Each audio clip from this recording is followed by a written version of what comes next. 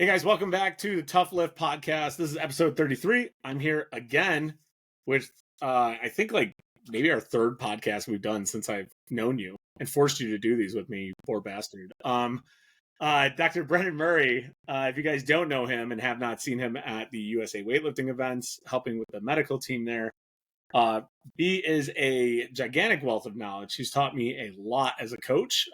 Been fortunate enough to travel with him on a few competitions, and then every time I'm at a national meet that he's there, he's always been a super big help to the meet, not only for my own team and our athletes, but I'm sure a slew of other coaches and athletes out there. Brendan, how you doing, man? How are you on this Labor Day? I'm great. It's been fun. Always fun to talk to you. This should be interesting.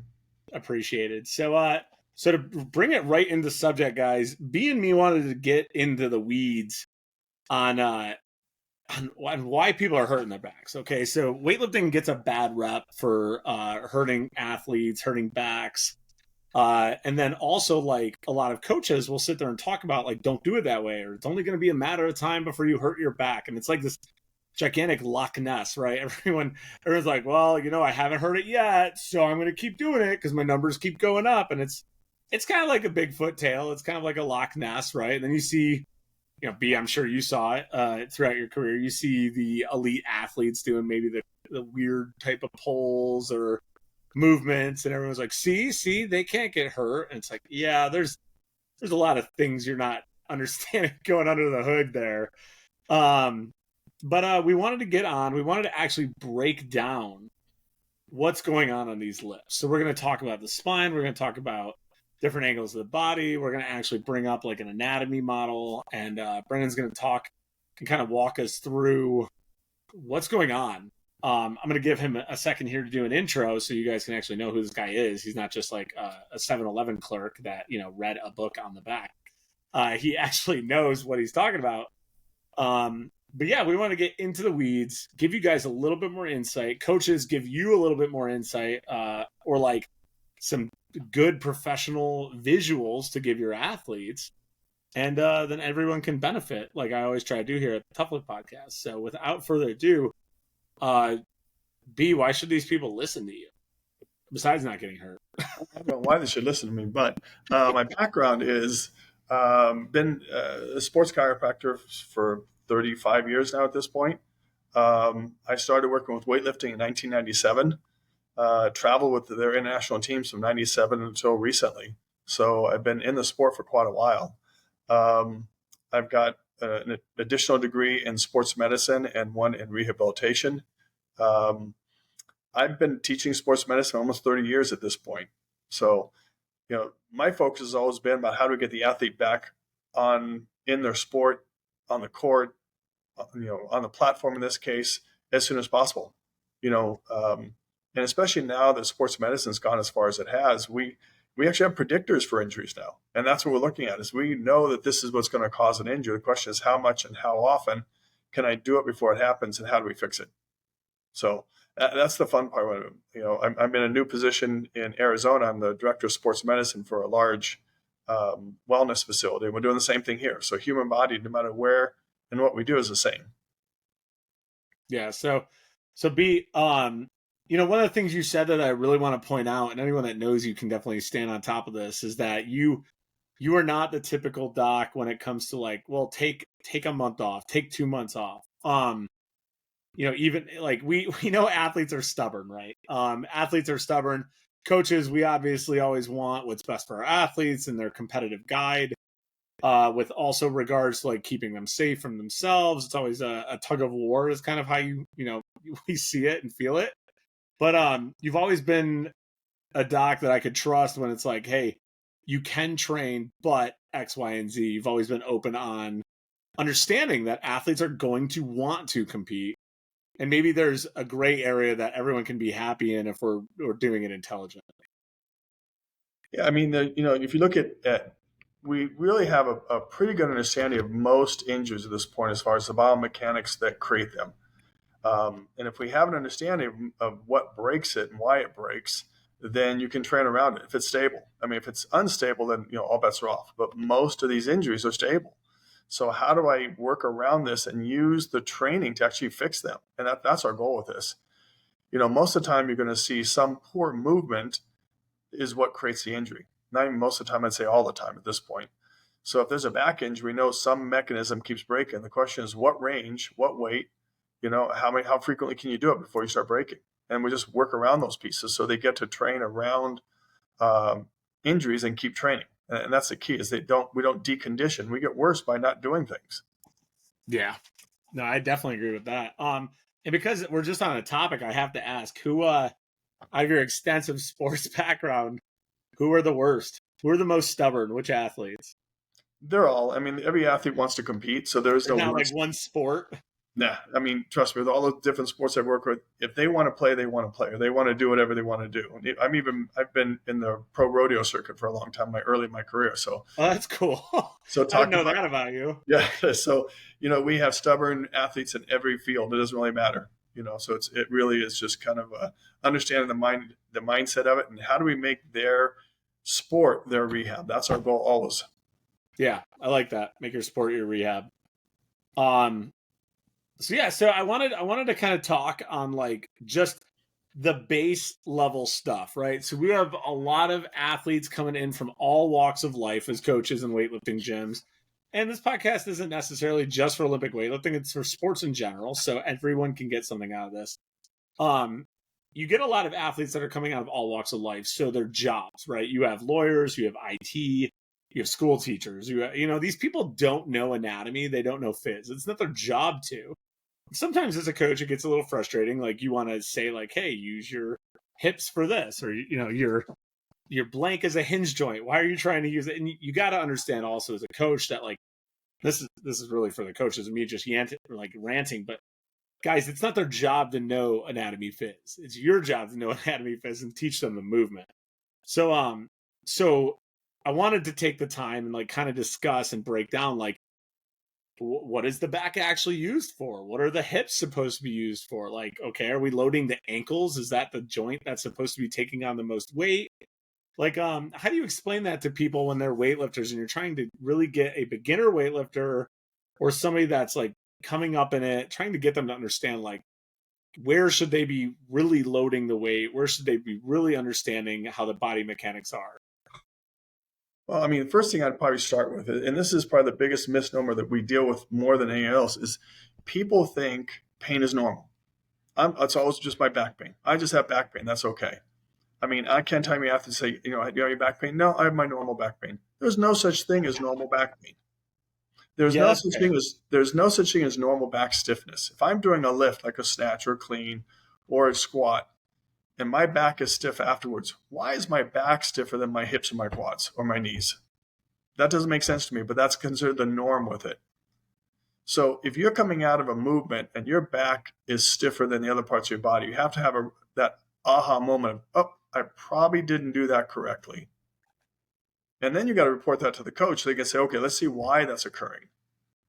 If you look at weightlifting in general, especially coming from something off the floor, if I'm going to say that the largest percentage of mistakes are made coming off the floor, most people get in a bad position when they first start pulling the weight and they put the load into the low back instead of the hips or the legs. 100%. Yes. So where's the argument then? What we hear a lot is like, I'm just fatigued. It's just low back fatigue. It's my muscles fatigued versus pain. Well, if are you fatigued every day? That's the big question. Is after every session, are you fatigued? That's your red flag. Let's say, no one's going to move perfectly. That's the reality of it. If I have a day where my back's a little stiff, okay, go home, ice it, calm it down. Let's see what happens next day. If you get back next couple of days, you're back to normal. Oh, you had a bad day. Not a big deal. But if it keeps happening every day, every week I'm dealing with this, I'm stretching longer, I'm taking more anti-inflammatory, I'm rolling out longer, that's your red flag. You shouldn't. Yeah. Unless you're earning that, you really shouldn't be. And you shouldn't be earning back discomfort or back tightness more than any other part of your body. I like that. That's a good parameter. And it's easy for beginners to self-check too.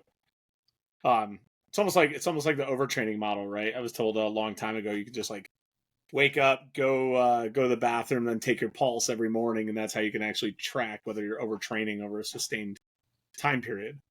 Yeah, I mean, there's lots of different ways of looking at overtraining. So you can say, okay, you can look at heart rate, you can look at temperature, you can look at heart rate variability, which people have all those things now. We can look at, Yeah. you know, all kinds of parameters to look at those pieces. So I'm going to go down, Yeah, going down there's that a road. piece of jewelry to track every heartbeat in your body now. They Well, have ear piercings now that can track your damn heartbeat. and if we use the data, it's actually really good. The same thing if we think about low back injuries. If we use the data, it becomes something that helps us powerfully rather than like, oh, Yeah, I just got to move around it. It yeah, tells you a ton of information. If your athlete comes up to you and says, listen, my back's been sore for the last 3 days or 4 days and we've been doing X, you put your eyes on them, you know what's going to happen to them. But if they don't tell you you've been stiff, you don't know to start looking for them. yeah. So the first question we have here is like topic one is like let's first talk about the back and what it's actually used for. So like all the fun stuff that's involved as a weightlifter. Your definition while I get our little model going here, like and actually well I think this will be our video section, right? We collected some videos here that are good lifts by your definition of good back position. It's like what should a weightlifter and what should the coach, whether they're beginner or old, like what should they be utilizing and or thinking the back as of? What is that spine's purpose? I mean, the spine. If you think about the spine, it is what generates force up and down. So if I'm going to throw a ball, throw something, my legs generate force through my torso into my arms. My torso, my body, my spine essentially is going to keep neutral and connect my hips and shoulders together. That's really what it does, Mm-hmm. and it's the main thing that keeps it. If I'm stable in my torso, my pelvis, my legs work correctly. If my low back's not working correctly, my legs don't work correctly. We have predictors. If I have back pain, or back discomfort that makes me move differently to protect it, which everybody's does, then my hips, my knees, my ankles, my feet are all under stress. We now have research that starts to make us think about that if I have low back pelvis dysfunction, tightness, whatever that happens to be, it's affecting the elbow. So this becomes a conduit between all of those to produce force as an athlete. You're going to produce force from the ground into whatever implement you're doing. Yeah. You're running, whatever it happens to be. The spine is going to help translate that information from one leg to the other if you're running, or from the lower extremity into the upper, or holding position so that your legs can generate force if you're doing a lift. Gotcha. Yeah. I think a lot of times it's just literally a misunderstanding of what the spine is actually doing. I think people don't understand that it's a massive connection is kind of how I describe it. It is.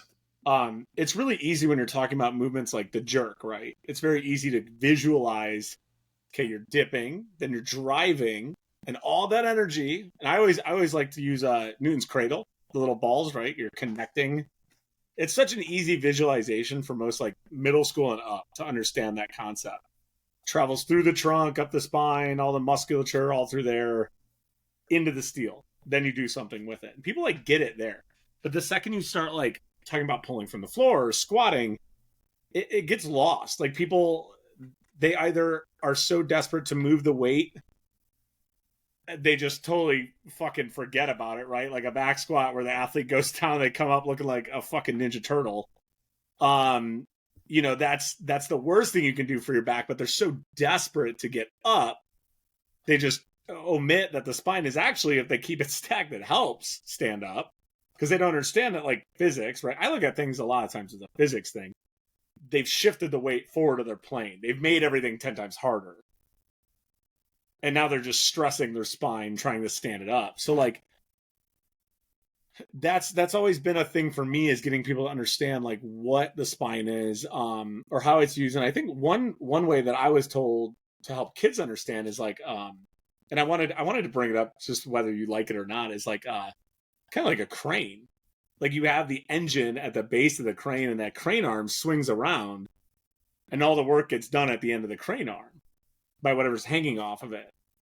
So when I sit there and I talk to my kids, my youth athletes, 9 to like 15, I'm giving that explanation. I'm like, yeah, your legs are your engine, your glutes are your engine, but like your back is your crane arm. And have you ever seen one of those big crane arms ever bend?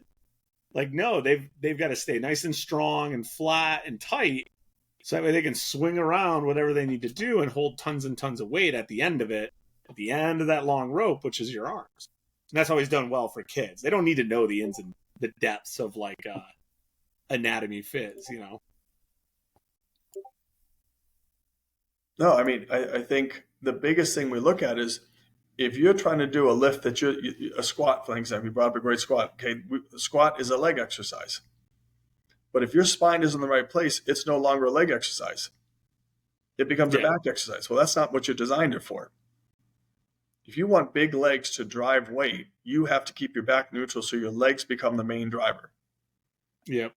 If you start shifting your back, then you're doing a squat and my back feels tight, my upper back feels tight, my shoulders, my neck feel tight. Then I know I got away from my legs. Yeah. Yeah, I think a lot of times, even on like movements like the deadlifts, right? People will sit there and be like, "Oh, it's just your back; it'll be a little sore." And I'm just like, "Oh, maybe if you're like real new to this movement, but like if you're like training, I think that may be something we need to address a Well, little I mean, closer." even with a beginner, if your low back and your hips and your legs are all together sore, you did it right. I'm good with that. Everything Yeah, works in the way that you're nice to doing it. But if only your back is stiff after doing deadlifts, red flag. That's your red yeah, flag. yep. That means you lost position coming off the floor and or at the top of it and you used the wrong muscles. You got away from your legs and used your back to move the weight instead of the legs. Yeah, we get a lot, and Tracy and I get a lot of this when we do training stuff. We like do retraining on extensions and drives, or we're working with a beginner or somebody that comes from another gym. Just whatever has happened, and we're retraining them with like jumping snatch drills. Is we'll have them set up with the bar, like the old school Russian, set up from the bar, get past the knee, and jump straight up. And then get them actually jumping with their legs and continue on with the technique session with that being retaught. And the next day they're just like, "Oh my god, my legs! I'm so tired. My legs are so fatigued." And I'm just like, "Yeah, but not your back at all, right?" And they're like, "No." And I was like, "Yeah, it's because you're like now using the muscles you should be. You should not be feeling your back on these lifts if you're doing them correctly Right. I in an mean, ideal world." yeah, I mean you'll get some because, is everyone going to move perfectly? No, but if Yeah, if your back is much more sore than your legs, then we got to rethink that thing. yeah, especially as a beginner, like to be blunt. And anybody. I mean, I've traveled on enough teams with some of the really big lifters. Like we're working on their back every day, and it's kind of like time out, guys. I know you're getting ready for competition, but we're heading down a bad path here.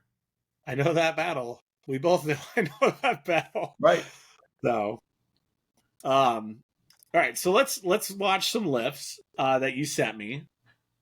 Um, these are all people. Brendan claims he can outlift everyone. So just before we go into that, know that these are them. I can't even load their weights for them. Don't even talk about that. So let me give me a second to get these loaded up. I gotta share some screens.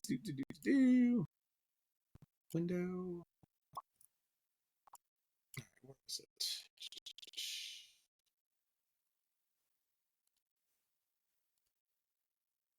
There we go. Okay, so screen. Pop.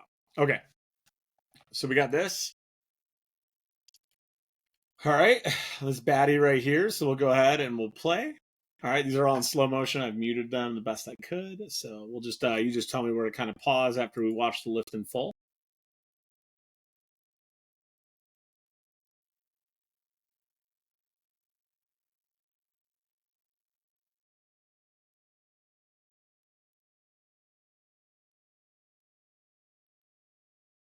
And again, as we watch these guys, like anybody watching, listening, like this is not me and B like scrutinizing world class top level lifts. Like it's No. not.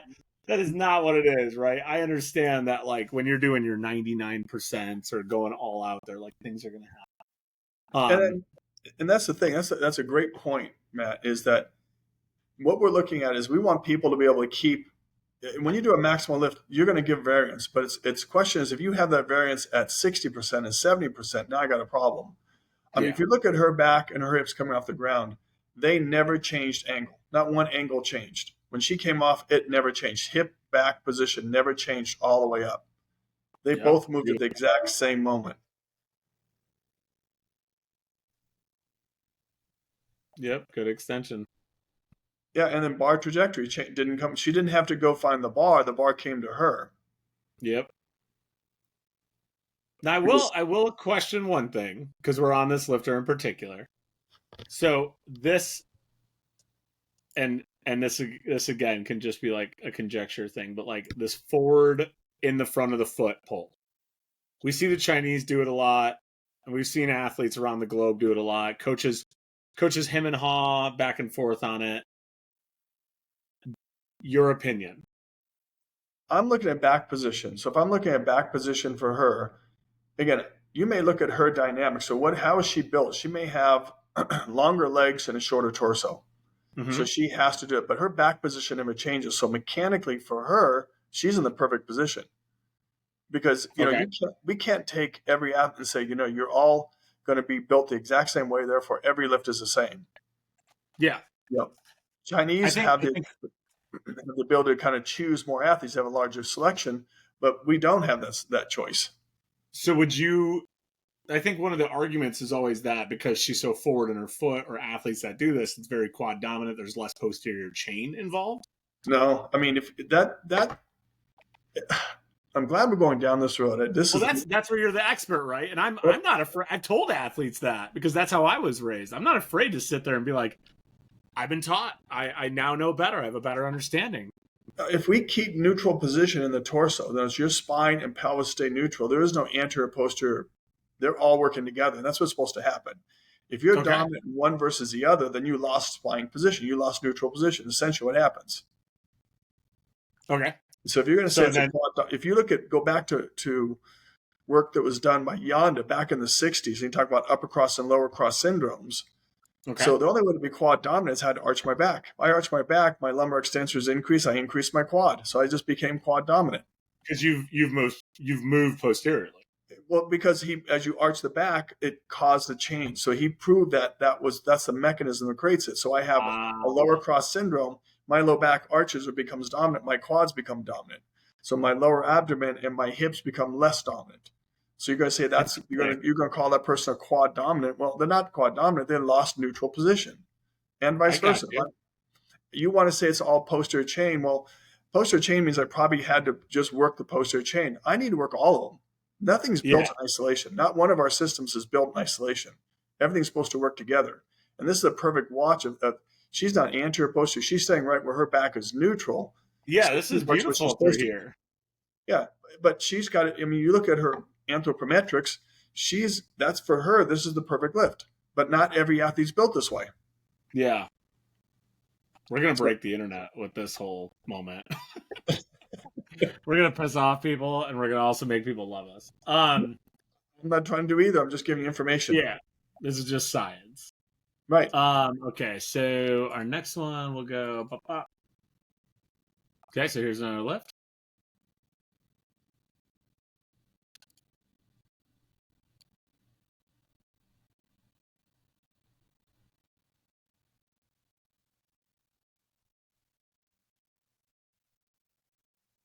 All right. So again, is that lift off you were talking about? Yeah, I mean, perfect. He was one of the ones you look at, even with that maximum amount of weight. I don't know what his maximum weight, but that's a heck of a lot of weight. But he never moved. His torso back position never moved. He didn't shift Yeah. posteriorly. He just stayed where he was neutral. Yep. And and again, just because I'm pointing it out, like here we have nice flat feet, but again, we see that nice neutral posture. Well, again, it's as you look at that, it's going to be, if you have a particular belief that they all have to have a certain foot position, then, I think you have to look at how is the spine putting the foot? Because we're looking at this we always look at what's proximal versus distal. We don't do distal to proximal. If you look in Yeah. physics, everything is stabilized from the center point and going out, not from the bottom. So when people start talking about, well, look at the foot position. Well, look at the spine position. I'll tell you what the foot is doing. Yeah. And then the other thing is like because we're talking about spines and stuff like that is like that lift off. It's not a yank. He's not yanking with his upper back. That's a big one that if you guys are beginners, there's probably just a high chance if you're listening to the podcast, you're a beginner that you do it when it gets heavy. Even a lot of skilled high level athletes will go into their lifts and still be kind of yanking when it gets heavy because they want that little bit of extra tug to feel good. Well, if you're doing a record lift, I'm okay with that. If you're doing that on at 60, 70, 80%, that's as Yeah. the coach, you have to say timeout. We can't be yanking like that. Yeah. She has a little bit of a yank, but she's, again, incredible. You look at the size, the amount of weight Yeah. this person's moving, and she's moving so well. Yeah. Yeah. You gotta bring a little bit extra heat to the game. So here's this lift. Man, just how fast she is, that's what always blows me away. The sheer speed. And you look at her, she's a little forward. Then you see the back position and her hip position are different than the other two. Yep. But this is a maximal lift. So when I'm giving her that, heck yeah. But she's also trained in that good position so often that she can vary a little bit, and she's not getting any change in her spine position. Yeah. Her back didn't bend. She didn't go forward or back in her low back. She just shifted a little bit because the weight caused her to do that. Yep. But I think as coaches, one of the things that if we remind them to do is, if you see your athlete at 70 and 80% doing that, you need to stop that, because that's going to cause a break when they try to go for maximal weight, or they're going to hit plateaus that you can't seem to get around. Yeah.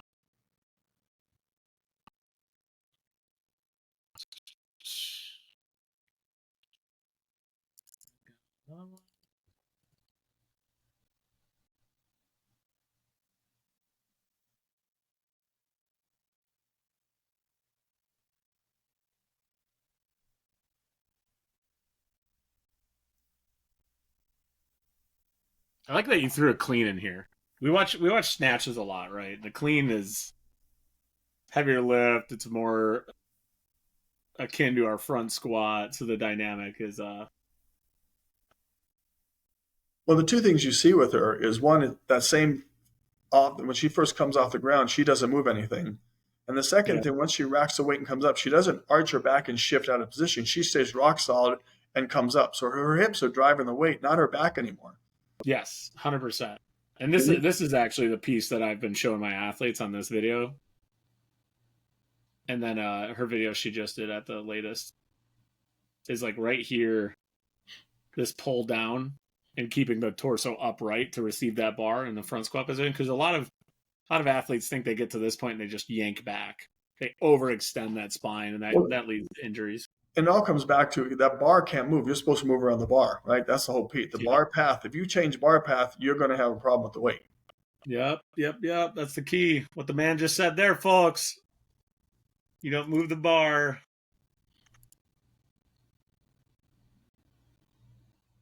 Her, you see how her butt shot up a little bit. See, she's still up, and then she has to pull the weight. So bar path changes, and that might be her technique. But at a maximum weight, I'm not going to give any grief about that. She knew how to correct around it. But if she was training at 80 and 90% still did that, I'd have some questions about that, because now it's a matter of that amount of pressure on the spine. If she's having a day where she's a little fatigued, as she starts going, and her back shoots backwards a little bit, and she gets a little rounding, that's when potential back injury occurs. Yeah. And you see that's different than that when you bring it up, how her back goes backwards a little bit, and she's more back dominant there than the other ones who are more hip dominant. Yep. But again, it's a maximal lift, so yeah, she can have that. She can have that change because she knows how to fix around it. But I would not like to see that at 80, 85%.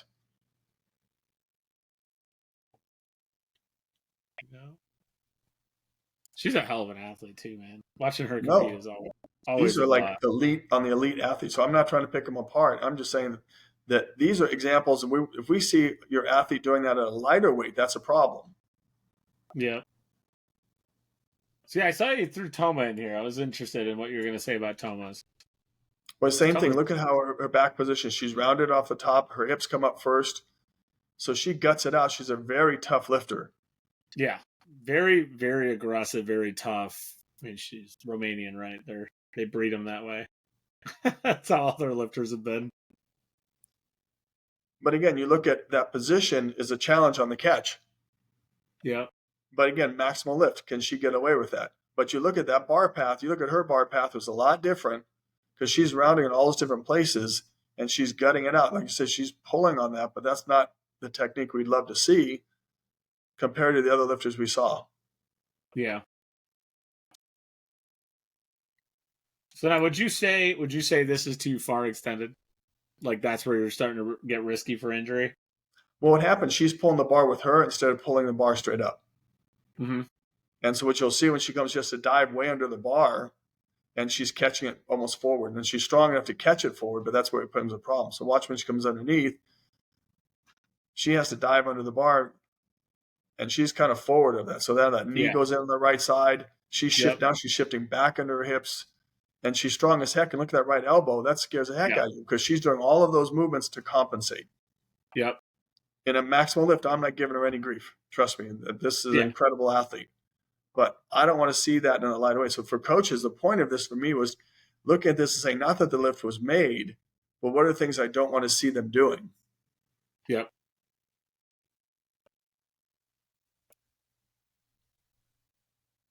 In this video, I was very interested to see how much he really shoves his head forward with every movement he does. The bar is really in different path almost all the time.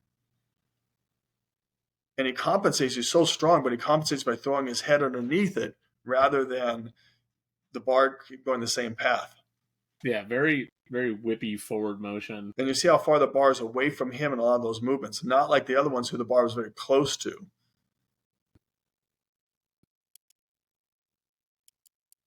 Real close there, then in that forward position. So that's where you potentially are going to have some issues with. If someone wants to try to emulate that, he gets away with it because he's just ridiculously strong. But Yeah. if Even we even don't, pardon me?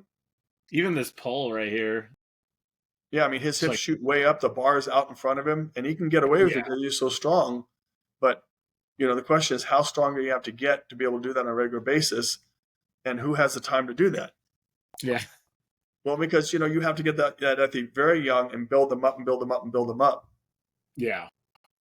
Basically, the body's just going to take over of like the farmer. I always use the farmer as an example, right? You can have a 80-year-old baling hay because they've done it since they were 6 years old. And they've also probably learned the efficient way for their body to move. Exactly. So I think for coaches, what you're looking at is the if I think optimal technique is X, whatever you guys decide that is, Yep. then can their body reproduce that on a regular basis? And that's kind of what you're looking at with that. Because if I have Yeah. to move my spine forward or backwards, and people think when they do a movement, if I arch my back, I'm keeping my back safe. Well, you're really not. We've learned that now. No. We've learned the No, no, opposite, no. that you're actually loading a different part of the joint, which if I load it too much in that posterior aspect and that extension, then what's going to happen is if I get that one where I move a little bit forward, there's no leeway. So now my tear Yeah. gets bigger. I load the joint posteriorly to protect it, but that means I'm not controlling that neutral position. Yeah. And then so when you have this, right? So let's say you have an athlete you're working with and it's a pulling mechanic issue like you're talking about. Do you say, train best you can to not do that, or do you go full extreme like, hey, this has to be totally retrained or they're gonna blow it out? Well, that's going to be you as a coach. What do you believe it needs to be? If I'm looking at it from the spine perspective, I got to find what level can they do or what intensity can they go from. So I always like to change the height that they're pulling from. And say, can we change that and say, where do they pull correctly? You think as a coach that that's a good place to pull from. Then let them learn that stability from that place. Your body Gotcha. is incredibly adaptable. And it's more the nervous system will adapt that quickly that once you learn that position is normal, you can then load that position. Yeah. So you're learning the mechanic, let the nervous system kick in, and then I can load the piece. So now the musculoskeletal kicks in. And as I load that one position, within a few sessions, you're loading it heavier, you can drop them down a little bit, and they can maintain it at a lower position. So And they just keep working working their their way way down to getting to where they need to. Yep. So kind of like our pin squats we've gone over and we'll talk on. Right.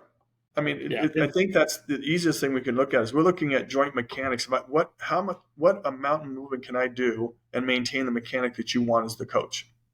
Yep. Work on that. Otherwise, you're banging your head against the wall, and you've seen it, and I've seen it for years, where they keep them starting in a position they can't control and the same bad mechanic, and they say, "Don't do this, don't do this, don't do this," and the coach and the athlete get very frustrated.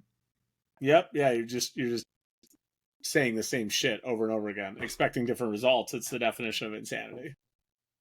Right, but sometimes if we don't know any better, how do we get around it? So I go lighter and they still do the same bad mechanic. Well, how about modify the range that they can control? Now they learn a lot quicker.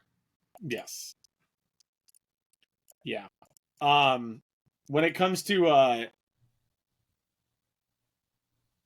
guess injury rate, do you see more because athletes are pulling off the floor incorrectly, or do you feel it's more through that extension phase of where they're hurting their backs? I mean, it can be any of them. I think like I said, if I think the number one thing I see people have the most problems in the first pull. So I'm coming off the ground because that sets my bar trajectory. So now when I catch, I'm going to catch in the wrong place. Yep. My second pull is off, my catch is off because the Yeah. bar trajectory has to be off at that point. Bad start constitutes bad finish type Right. mentality.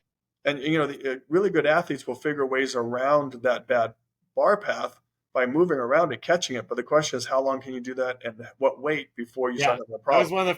one of the first things Brendan said to me, guys, because the athlete that was working with him was a higher level gymnast turned lifter, and he goes, she's a really great mover. It's the worst thing about her because they're like really good movers, really good athletes, especially your gymnasts and stuff like that. They're very adaptable. So they'll find ways to like weasel around these issues instead of like directly actually attack them or just be stonewalled by it to where they don't have an option but to fix it. So their Because adaptability is dangerous. yeah, a plateau will hit, right? Because it all comes back based on efficiency. If I can stay efficient and put the bar in the right place, I get to move more weight. Exactly. If the bar in my body's in the wrong place, it's just a matter of how many times can I compensate, and I'm going to hit my head against a wall. Mm-hmm. They're awarded for doing doing it poorly. They're awarded ironically. Well, I mean, great athletes find ways of doing what they do. The question is when you start going to the highest levels, it's not always the best athlete, but it's the most efficient athlete then. Yeah. Yep. That is definitely true. Um. So okay, so we've talked about what the back is actually used for. We talked about where these injuries are coming from. We've definitely debunked that it's not Loch Ness. You can get injured doing this stuff wrong. Um, Watched a bunch of really good lifts, kind of what the standard should be. And like, guys, you can do that type of movement at your lifts as a beginner. It takes time and practice, and that's just what it comes down to. And I think one of the things, just from my sense as a coach, is that a lot of times we want to move too fast than we're ready for. So we'll get up even like our 75%. And we know the lift needs to be quick, but we're moving quicker than our body can keep up with. And when it comes to like motor patterns and learning things, there's a certain pace and a tempo you have to learn it at and then do it consistently. Then you'll be able to do it more often at a quicker speed, more correctly. And we like to jump the gun and rush that all the time. And like your 60% needs to get practiced nice and efficiently, just like these athletes are doing, and you'll look like them. It's crazy. You will have the same mechanical angles going up and down, like he's saying, look great. It's just going to take time and practice, and that's unfortunately, um, you know, not what everyone likes to do is be patient. So you gotta kind of give a little to get a little, I guess, on that regard. Yeah, I think for sure. I mean, we now look at this as there's a negative neuroplasticity as well as a positive neuroplasticity. So it's not just neuroplasticity I'm gonna learn, but am I learning a bad habit versus a good habit? Yeah, And they learn both very quickly. But the question is, if you want to make any athlete unstable, make them go faster, make them go deeper in a range of motion, or challenge load. yep, One of those three are going to be, and you can look at your athlete and say which one do they cause failure with, and then modify that one variable. yeah. It's the range of motion one is actually insane because I had recently worked with an athlete. It was Burks actually. Burks had lost a bunch of weight since you first met him and I first met him in Monticello, and like I knew he was losing all this weight, and then we started coaching him and training him, and like just very frustrating for him because like everything felt off. Not only was it psychological of like, dude, I used to be able to blast this way. It's like, yeah, well, you lost 50, 60 pounds, bro. Like you're not going to move the weight that much. But the angles were all different. I knew they were because I was talking to him about them and I understood that and everything you could mechanically. But then like I recently went through my own weight loss stuff and continue to do that. And like, man, oh my God, talking about it and then like then going through it to where like every bottom of my snatch, every bottom of my dip on a jerk, every bottom of my clean, like everything is just so different drastically because I'm missing centimeters upon centimeters of like mass I used to rely on. That one really opened me up to like challenging range of motion for athletes and making them get better through that, through their mechanics. But I also went up to Burks one day. I was just like, dude, I understood it, but now I get it. But Now I experiential, it's a get difference. it. Experiential really makes a difference. Yeah. And and that range of motion really does get people to understand, because even like, just because we're talking about like the squat, right? People will shy away from the full range of motion in the squat because nobody forces them to do it, and or they just never make the connection of like, oh, I'm going to get pummeled into the bottom of a snatch or a clean, and I need to know how to be able to be tight down here. And then it finally happens and everything just falls apart. So Yeah, but the interesting thing, if you think about a squat versus a lift, is a squat's an eccentric exercise, mm-hmm. yet lifting is a concentric exercise. Yep. Because you're diving under the bar, just stopping it and going up with it. Yeah. So a lot of this is trying to learn, can I get stability at whatever range and push out of it? And you're just slowly dropping down, getting stability, pushing out of it, getting stability, pushing out of it, because that stimulates the lift. If you look at people getting injured, they get injured more often squatting than they do get lifting because they can't control the eccentric down and up. Yeah. The change of direction usually gets them. Yeah, either on the bottom, it's going into the bottom, or coming out of the bottom, they rotate it, and that's going to cause that whole shift into it. Yeah. The rotational squatter. Gotta love them. Well, especially, I mean, it's physiology. The deeper I go, the more the joints have to rotate. So I have to control rotation, not just flexion extension, but I'm controlling rotation because that hip joint, which is just a big ball and socket, now can rotate. And at the bottom, if you don't keep that pelvis neutral, it's going to rotate all over the place. Well, yeah, then you add in factors of like ankle flexibility and trying to convince them that like, hey, because your left ankle is tighter than your right ankle, like that is going to rotate you. And they're like, my ankles are fine. It's like, yep. Well, if you take a step back, they probably pelvis rotated first, and that caused the ankle. Now, where that occurred, that I don't know the answer to, but you can almost guarantee if one joint is moving different than the other, it's been set up because the links have been broken. Didn't just happen unless there's an injury. If I injure my ankle and I sprain my ankle, okay, that's one thing. But I'm going to compensate. And the one thing we learned about in this is our best predictor of injury is past injury, because I'm going to move with a compensated pattern. And that's what we have to realize, that if that athlete's had an injury, how do I retrain that neutral position so they don't go into that habit again? Yeah. Yep. Rebasing and resetting. Yeah. So the 10,000 rule doesn't work. No, because one little thing can make it all offset. Well, you have to do 10,000 right. That's How about if we do 10 right and your brain learns that quickly, we can actually move through this a lot quicker than that. Yep. Yeah. I mean, that's actually the reason why when we do our barbell basics with new athletes, we just cap everything 15, 20 minutes. It's like, all right, we're going to get what we get, and then we're going to move on. You're not going to get much there. We're probably just going to build bad habits after that, because that's how long like most people can average pay attention. And so good that you added that. Like you said, and probably you find that it's neurologic fatigue that causes most of the issues, not muscle fatigue. Yes. Yep. They get tired they can't move correctly. It's a lot for that nervous system to learn to move all those things in the right order. And it takes time to build that. But the nice thing about neurologic learning is it happens very quickly. Yeah. So if I learn it, if I do it correctly, my nervous system kicks in really quickly. My muscles get to come along for the ride. Yeah, that's the one thing also after we have like our athletes do their first meet, I always bring it up. I'm like, you're not that tired, but your brain is exhausted. They're like, oh my God, yes. It's like, I feel like I was drooling when I was eating breakfast. Like, right. Yeah. Like that's what a competition is. That's why we encourage you guys to do them. It's just different. Yeah. So, all right. So what I wanted to do for our second half here, if you will, I think second half, maybe last third, I guess we'll call it. Is we're gonna actually, so those of you guys that are listening in, you're definitely gonna want to get on YouTube or Spotify and watch this, or pull over your car if you're watching and listening. But so we're gonna have some models here, and we're gonna kind of talk, and Brennan's gonna talk us through the spine, how it actually works, where we see these injuries, what's going on, a little bit more of a I guess we'll say a doctored way to get you guys to understand like what the back is actually doing. Because I think a lot of you don't understand, like we said in the beginning, what the back is actually doing. And when you're bending your back or you're arching to get out of a squat or you're cranking and like going into cat back to pull the bar from the floor, like you don't know what you're doing and why or what it's going to cause. And maybe this will help open up some eyes on that and keep you guys safe and encourage and promote better lifting out of everyone. So we're going to just kind of share screen here. I'm going to let Brendan kind of take the wheels, so to say.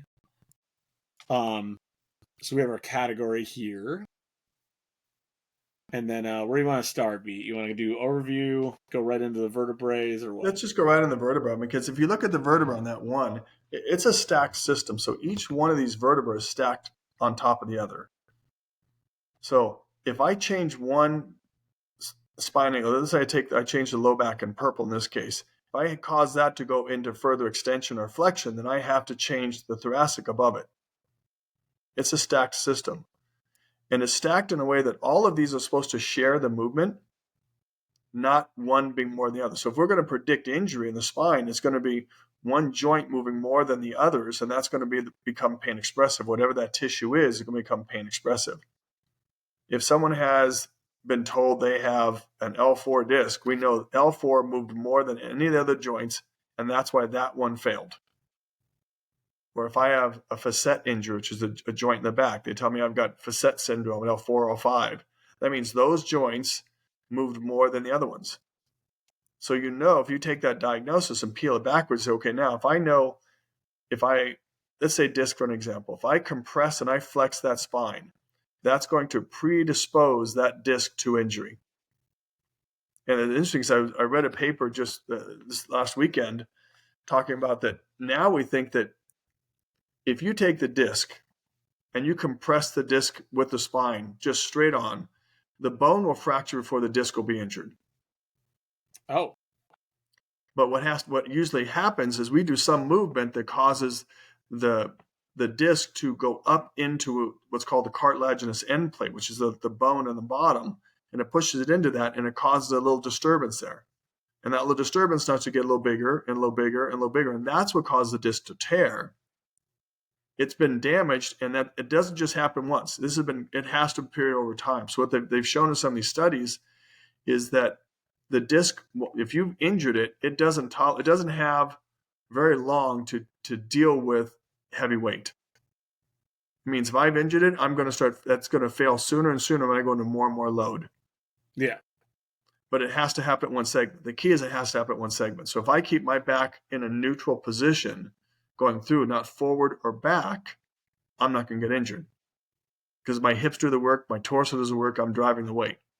It really becomes that simple. Really that simple. Yeah, I think a lot of people don't even understand the curve of the spine.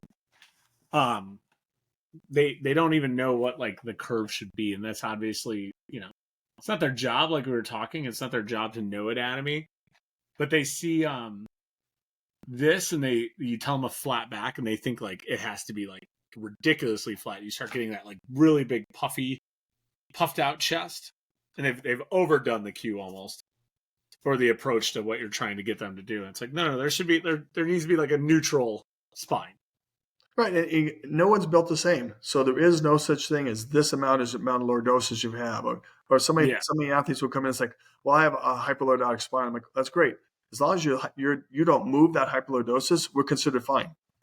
If that's the way you've been built because that's how you develop, that's not a big deal. It doesn't predispose you to injury. What predisposes you is you either extend or you flex that what you have, and that creates the injury. That's it. Yeah, I think my new favorite one I'm starting to hear is and you probably hear this, young parents with like prepubescent / pubescent athletes, and doctors are already like, oh, scoliosis in the back and this and that. It's 10%. They're like giving like very small rudimentary numbers. And the athletes like haven't even finished puberty yet. And I'm just like, can we just all like just chill? Can we just like let the athlete grow a little bit? let them continue growing and see what happens here. Well, I mean, the thing is, scoliosis is a sideways curve, so it's not even a curve going forward or back. So that's a whole different animal. Yeah, but like I'm just for the sake of like just like let the kid grow. Like let's just let the thing finish itself out and then see where we're at before we just start over diagnosing and not letting them be a kid or like not letting them do normal life stuff because we're so paranoid because we overassess everything. Well, I mean, I think too that might just be in the coaching world.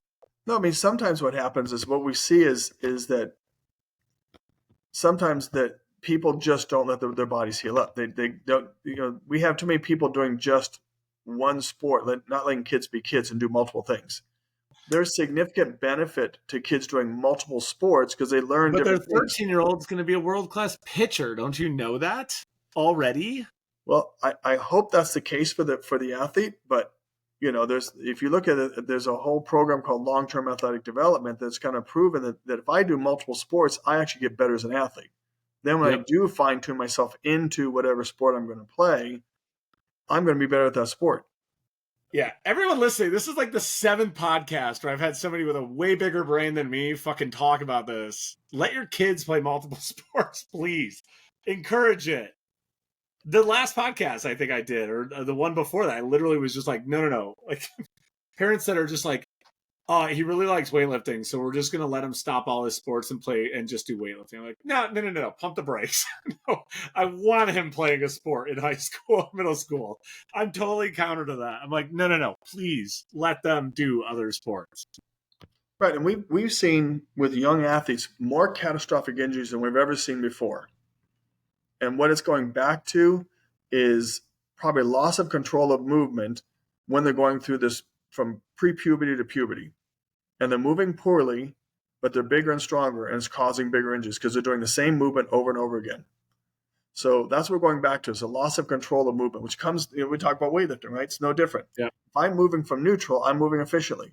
If I'm playing baseball or soccer or whatever things, if I'm moving efficiently, I don't get injured. If I don't, I get injured. Now, if I get hit and trauma, okay, that's a whole other animal. We have to look at that from a whole different perspective. But then we still have to make sure that athlete goes back to moving correctly after they get over their injury. And that's where our big problems come. Yeah. I went to this view if you wanted to talk on just that vertebrae you were talking a little bit more on. Well, I mean, if you look at the way it's a stacked system, right? So you have the bone, the disc, and the bone. So in the front there, this is more of a thoracic spine vertebra, so it's not a low back one. But here's a little model I have here. So what you have is you have bone. I think I can go there. Okay. There we go. Which one do you want? L1 through L5? Yeah, whatever two are together. I don't know if I can get 2 stacked, but we have your model of science. So we have our model. Off this, there we go. So we have the disc, the bone, and the disc in that area.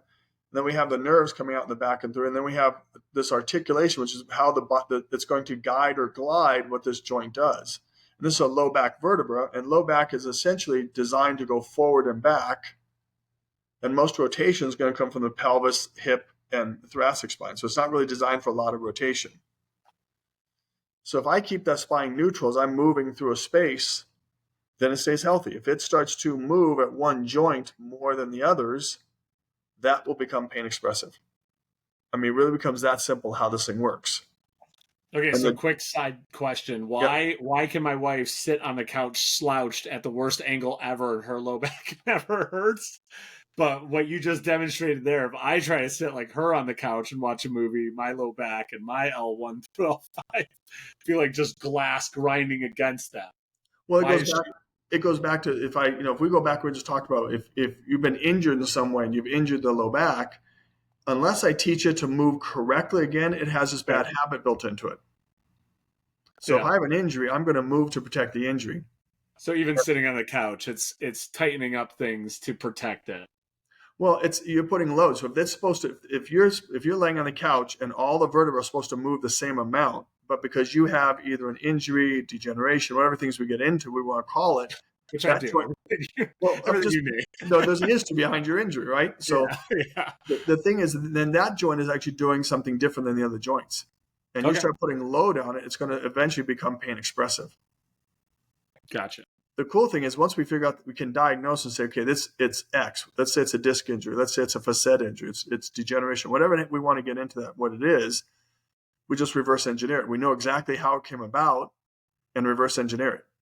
Because if I know that compression and flexion causes all disc injuries, and then rotation or lateral flexion gives me direction, I can look at the person and say, okay, now we know you have a history of X. You have either a facet or a disc. Now I'm antalgic into the injury, away from the injury. It gives me an idea of mechanisms and just reverse it. Then I also know that low back is going to have an influence on the pelvis and the hip, and we know the research behind that. So all these athletes who have FAIs in their hips or they have impingement syndromes, at this point we know, unless there's a trauma, it came from the low back and the pelvic position. You can do work on the hip all day long. Problem is that pelvic and low back doesn't go back to neutral. We're going to go right back to having more FAI. And that's one you hear about all the time too, man. Is and we talked about this off podcast. Is like we hear all about, and I'm not trying to get like too far out of the weeds, but like we hear all about the sciatica. We hear all about the impingement syndrome. Like those are two big ones, right? That's like every cop out. I mean, maybe it was just like a buzzword thanks to Instagram and everything, but like Jesus Christ, dude, people had sciatica because they sneezed. And like all of a sudden they had the world's worst sciatica, and they sit on a lacrosse ball and be like, yeah, I just got sciatica. I can't get rid of it. I'm like, I think there's probably more to the story than just magically you got sciatica. Believe it or not, someone actually can sneeze and get sciatica. Yeah, I know that. I knew you were going to do that to me. No, but trust me. Here, you want to talk about backs? I sneeze, and my whole fucking like left arm goes numb. But that's a whole army story we can go down. But it also tells us a mechanism, tells us what happened. Because if you look at sciatica is a large nerve that goes down from L4, L3, L4, L5, S1. Essentially, the nerves that make up the sciatic nerve. Yes, okay. I'm actually gonna go. We're gonna go there while we talk on it. Because I know a lot of people are going to want to hear this. All right, how do I get in here? There we go. All right, so here it is. So click. That big nerve that you see, the big yellow nerve going down, is the sciatic nerve. But you see all those little branches? Those all feed. There we go. Yeah, it's a great picture because you have different branches that come together and form the sciatic nerve. So all those branches coming together can create pain. They don't create pain. That's where you're going to get the discomfort. But you can have either a disc herniation or stenosis or some combination that's going to cause most sciatica. And sciatica just tells you, I have pain down the back of my leg. That's all it tells you. It doesn't tell you why. And the biggest question you have to ask somebody is, okay, so you have sciatica, why? And if they don't know, that's our job. Our job is to figure out why you have the sciatica. Because we know multiple roots are part of this, and it's going to be causing that irritation down that leg. So I can have a herniation at L4 that causes sciatica. I can have a herniation at L5 that causes sciatica. So it just tells me that's where they have pain, but doesn't tell me what's the cause of it. Yeah, those of you that are tuning in, again, don't understand all this because you never took like anatomy phys. Like these are where your nerves are, guys. They're in your back. And one of the easiest way I describe the spine to people is I said, listen, if you go to your home and you have, your fuse box or your where your electrical box is, okay. If you know that circuit is there, it's not working correctly. All the circuits are marked in your house. Each circuit. If something goes wrong, we know what that circuit is. So if something happens to that circuit, it's kind of flicking in and out. Anything on that circuit doesn't work correctly. So that means if I plug something into a wall outlet, my refrigerator is on a wall outlet, my refrigerator is turning on and off. It's not my refrigerator is broken. It's the wall outlet that's not working because my circuit breaker's off. Your spine is actually the circuit breaker right there. Coming out of the spinal cord is that main electrical box, and then it branches out. Each one of those vertebrae go out and they innervate or go to different muscles and sensory areas. So if I have discomfort down in my leg, for our example of sciatica, I have to go back up and find out what part of the circuit breaker is not working correctly. And then we figure that out, what's causing it, and you start to do things you can to reverse that. Yeah, that's a good way to think about it. Okay, so we're moving back to our spine. We got our vertebral column. So we want to shoot over to overview. Okay, where do you see most lifters' injuries being? Right through If we here? look at, if we're going to say low back is probably the number one thing, and we'll kind of tie it together because there's no way for you to get an impingement without injuring your back in some way. Okay. Because if I injure my back, I have to rotate. If I rotate, if we look at the pelvis, so pull back out a little bit. Yep. So if you look at the pelvis and the hip, the hip socket is sitting in the pelvis. If my pelvis changes position, what the spine surgeons had said in 2014, if I move that ilium or that pelvic joint 10 degrees, I change the shape of that entire socket. Mm-hmm. If my low back is doing something, I'm protecting the joint in the back and or the disc or something else in that area, and I'm leaning to protect it. And that's what we do. Our body's going to lean to protect it. We'll go into an antalgia. Then it's going to change my ilium position. It's going to change my all the way down into my hip. So we have to go back up and look at the low back and what's causing a lot of those issues. I mean, I can guarantee you that I will probably, if I go to work a competition, 60% or above of the lifters I'm going to talk about they're going to tell me they have tight hip flexors and a tight psoas every day, all day long. All day, baby. Instagram. They got Instagram docs. What do you know? And if you do a couple tests, we determine if if you can truly tell if it's impingement or if it's the tight psoas and the hip flexor. And I tell you what, 99% of the time it's doing more from that low back because lifters do sometimes their back is in different positions. And you ask them about low back, just come from my normal low back. I just have my normal low back. Yeah. But that low back it's going to generate most of that protective mechanism to cause impingement. So if I don't have my low back in a good position when I'm doing a lift and I irritate that structure, I'm going to compensate to protect it. All right, so let's go down that rabbit hole more for the coaches out there, the coach homies. What do you want to see attacked more and built out more I to want to see protect it? technique. I like to see that. I was gonna say besides technique, because obviously that's gonna be the best. Are you seeing consistent weakness in just what it is, American athletes? Are you seeing psoases are always out of whack? Are you seeing like weak glutes? Like that's another buzz one, right? We hear that all the time. My glutes are weak. My glutes are turned off. I hate that fucking phrase, by the way. If you want to chime in on the my glutes are turned off category, feel free to. Um, that whole muscle group, one better than the other. What are you looking for or advising out there? I'm going to go back to diagnosing what's causing the injury. To be honest with you, Okay. because we go back to Yonda's work, back to our lower cross syndrome, right? If my lower back is extending, that means my quads are activating. So we go back to his syndrome. So that means my lower abdomen is not doing its job. So my glutes are inhibited. So if Okay. you really want to say your glutes are inhibited and you don't have true muscle weakness, so myotomal muscle weakness, if you think your glutes aren't working, it's because your low back's hyperextending and you're inhibiting your glute. So it means that you at some part of your movement, you arch your back to compensate because you've lost good position and you've got Yep. your glute weakness. So it has nothing to do with your glutes are fine. They couldn't develop the way they are with most lifters if they're turned off. Thank you. Thank you. Just right there, I appreciate that.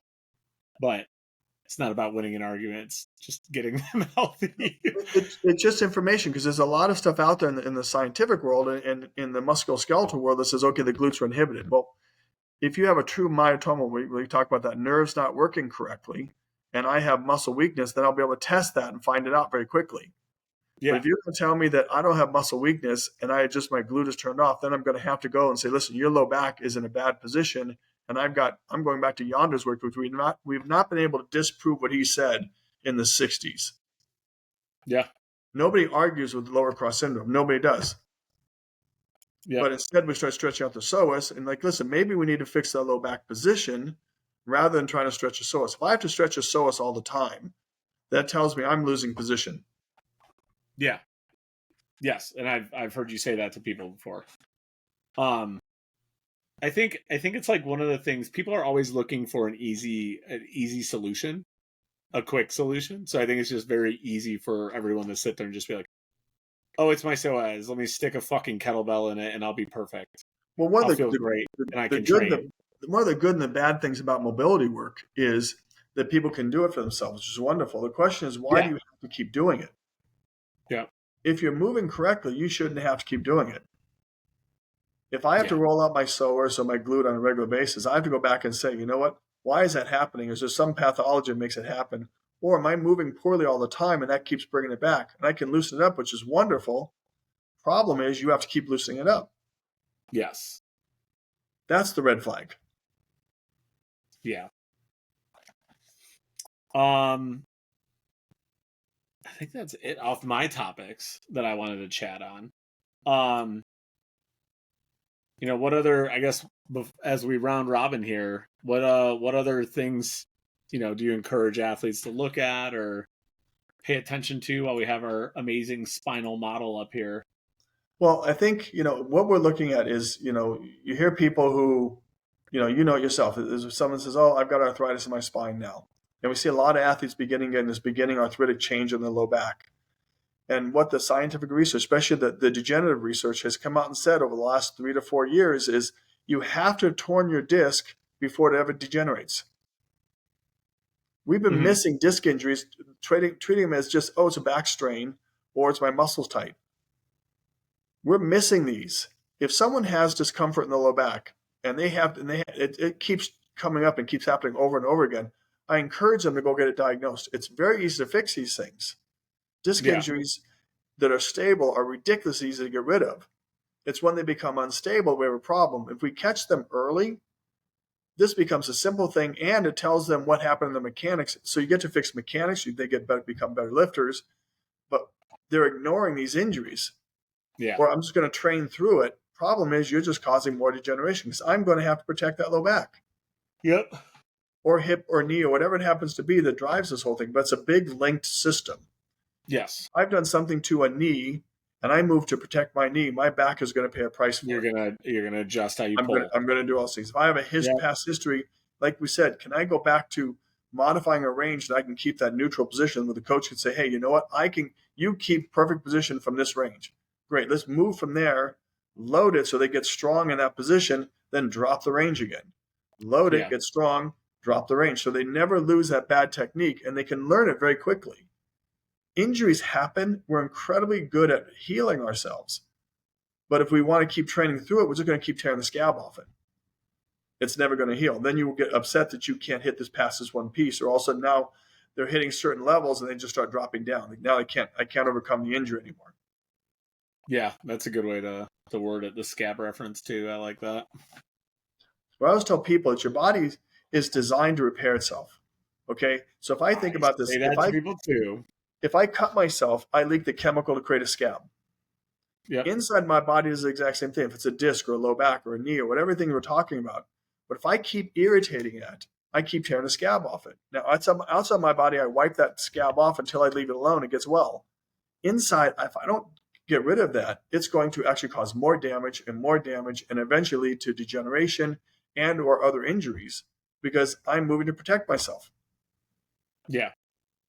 It has to, right? Because you can't externally assist it.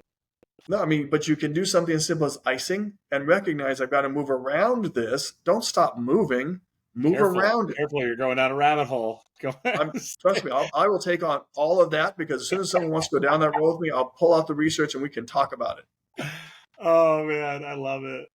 Because all the research on ice versus heat was done on DOMs and grade 1 muscle injuries, not on joints.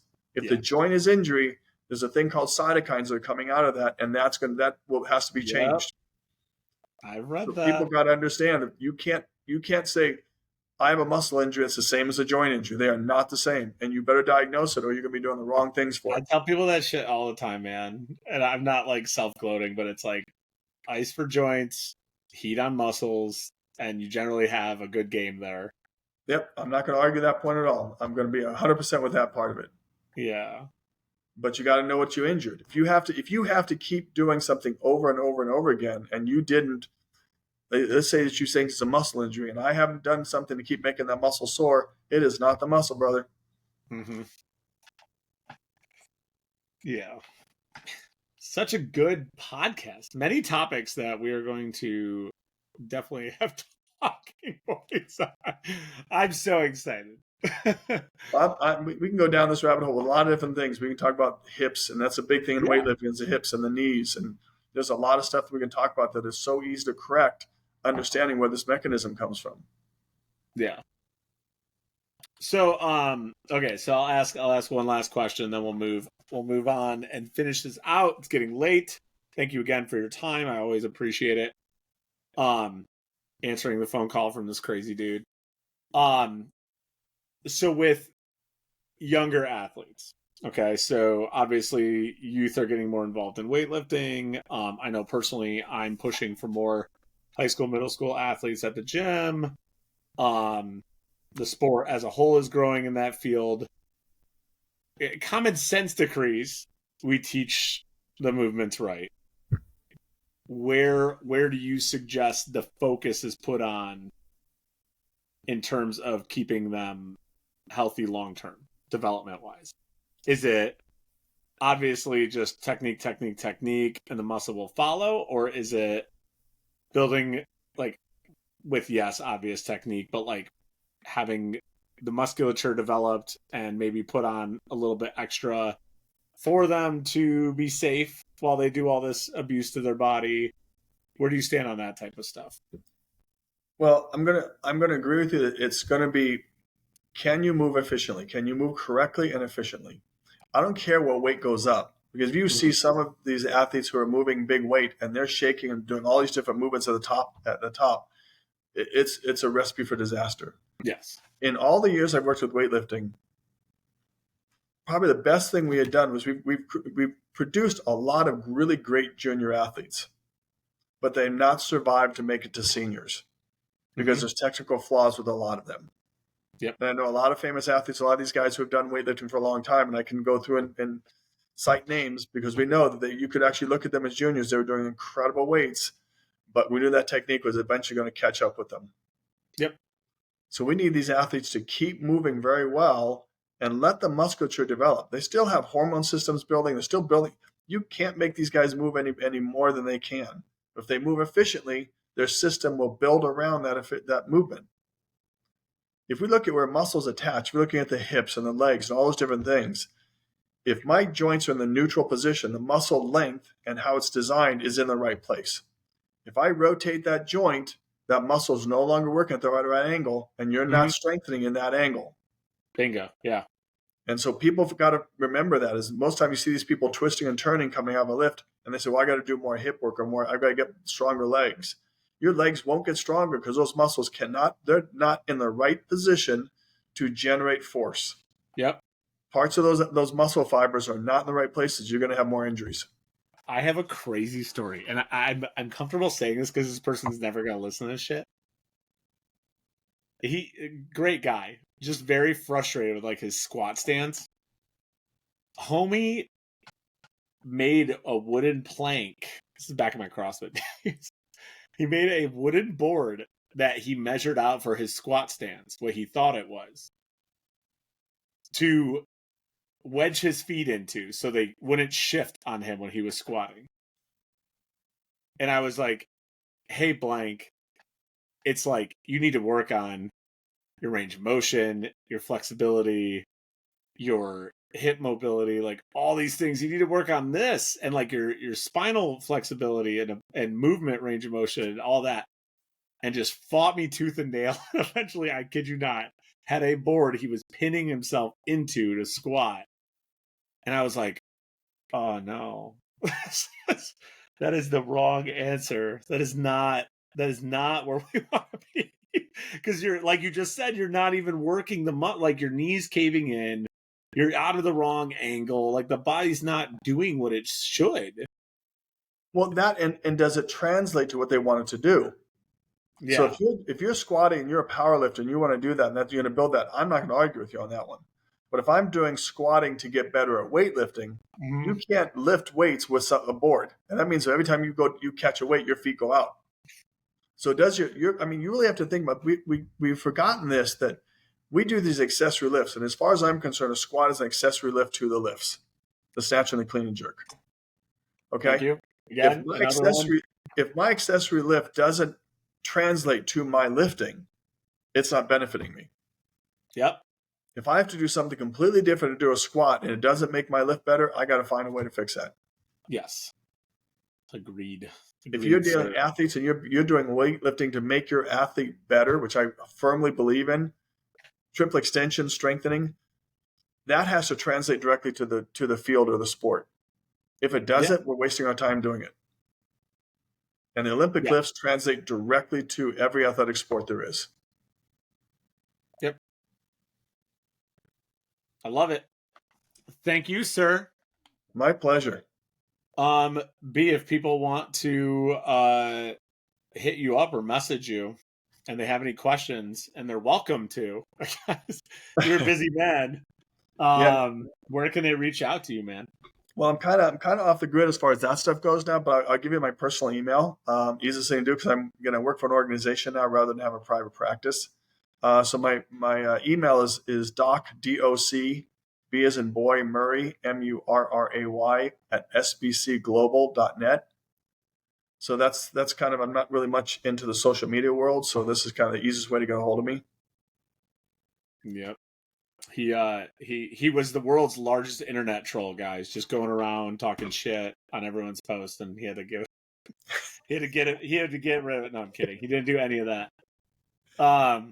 But again, thank you for your time, B. Always appreciate it. Hopefully we'll see you at a meet here soon. I know that's its own mess of things, but you're always appreciated by everyone. And I know even a lot of the USAW medical staff, the younger folk like me, always enjoy having you come out to that because you're just a wealth of knowledge to work with those guys. So, well, I enjoy doing it. That's why I've been doing it for so long. Is sometimes life gets a little challenging, so I've not been able to do as much as I like. Yeah, I feel, definitely feel on that angle. But beyond that, hopefully you guys got something out of this. I really do hope it helps a lot of you understand how the back is there, what it's supposed to be used for, how it's supposed to be used, and then also how just to protect yourself. And how, ironically, we'll end on this note, if you take the time to learn how to do the movements right, your payout will be lifting bigger weights and less injury. I think it's safe to say. So sounds like a good deal for me. I've been doing this for a while. I have a very low rate of injury, and I was an okay weightlifter. I think it's a good deal. So hopefully that helps you guys. Brennan, again, thank you very much. Have a good night, sir. My pleasure. You too. Appreciate it. Take care, bud. All right.